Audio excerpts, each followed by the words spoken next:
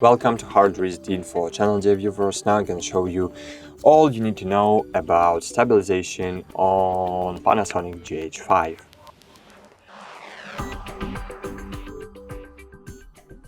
So, of course, the common settings you need to know, you can change on your lens. If your lens supports the physical stabilization, it's a very good idea to enable it.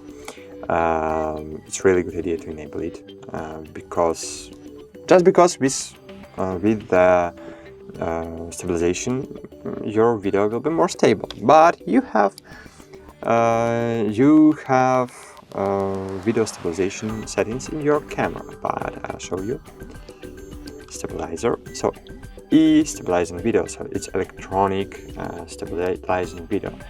If you will enable it, so it will cut your video slightly, and it will, of course, enhance stability of your video, but it will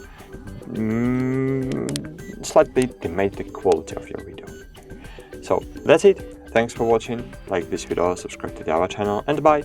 See you.